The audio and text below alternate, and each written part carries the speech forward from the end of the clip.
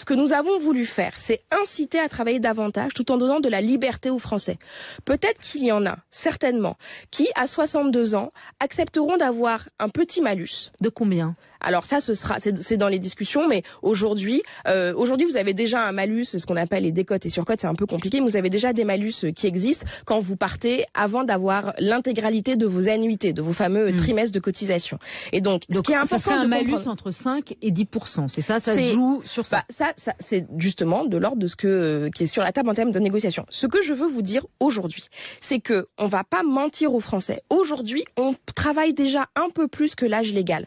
Ce que nous voulons faire, c'est dire en toute transparence le moment où il y a du malus et le moment où il y a du bonus. Et ce sera 64 ans. Et ce sera 64 ans en 2025. En 2027. Et ce que je veux vous dire aussi, c'est qu'aujourd'hui, vous avez chaque année 120 000 personnes qui partent à la retraite à 67 ans parce qu'elles n'ont pas le choix de faire autrement, elles n'ont pas assez de trimestres et ce sont des femmes en majorité. Et pour ces personnes-là, nous allons partir de 67 ans pour faire en sorte qu'elles travaillent à terme 3 ans de moins. D'accord. Je dis bien 3 ans de moins. Il y a quelque chose que j'ai pas compris. Si je pars à 62 ans, le malus de 5%, je le paye jusqu'à 64 ans seulement ou je le paye sur toute ma retraite ? Non, vous payez jusqu'à 64 ans.